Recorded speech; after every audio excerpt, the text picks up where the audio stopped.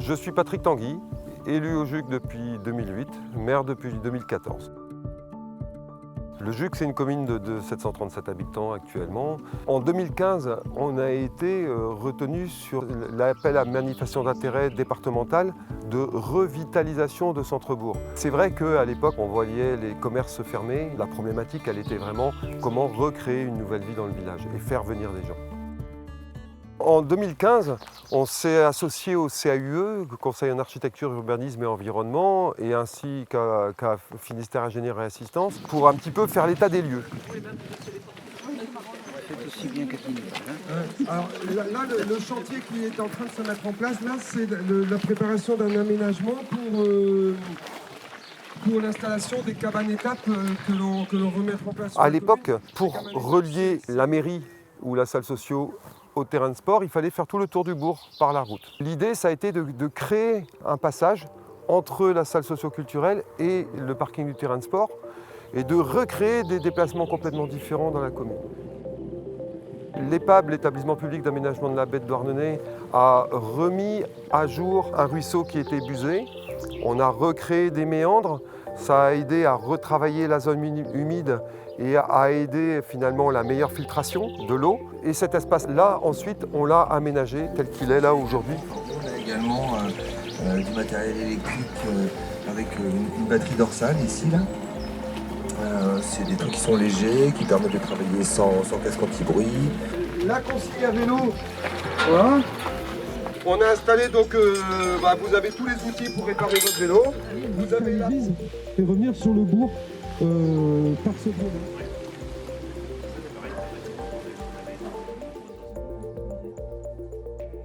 L'installation de la cour du JUC, pour nous, c'était quelque chose d'important parce qu'effectivement, c'était les propriétaires qui s'engageaient sur un projet privé. Ils ont fait le choix de le construire au JUC, ils auraient pu aller le faire ailleurs. Ils ont fait le choix de le construire sur leur lieu de vie.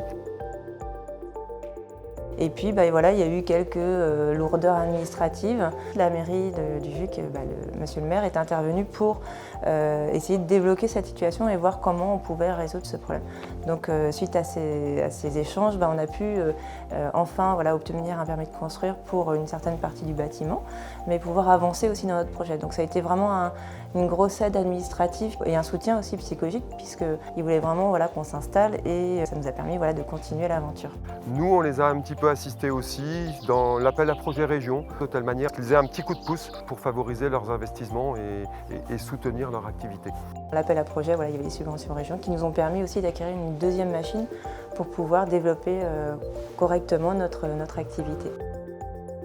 Une fois que la cour du JUC s'est installée, ça a donné envie à d'autres porteurs de projets de venir. La MAM qui s'est installée, la réflexologue, les ateliers de la grève blanche. Et puis surtout, on a vu la population à l'école augmenter. Ce sont des jeunes familles qui sont arrivées avec des enfants et on a la chance d'ouvrir une classe.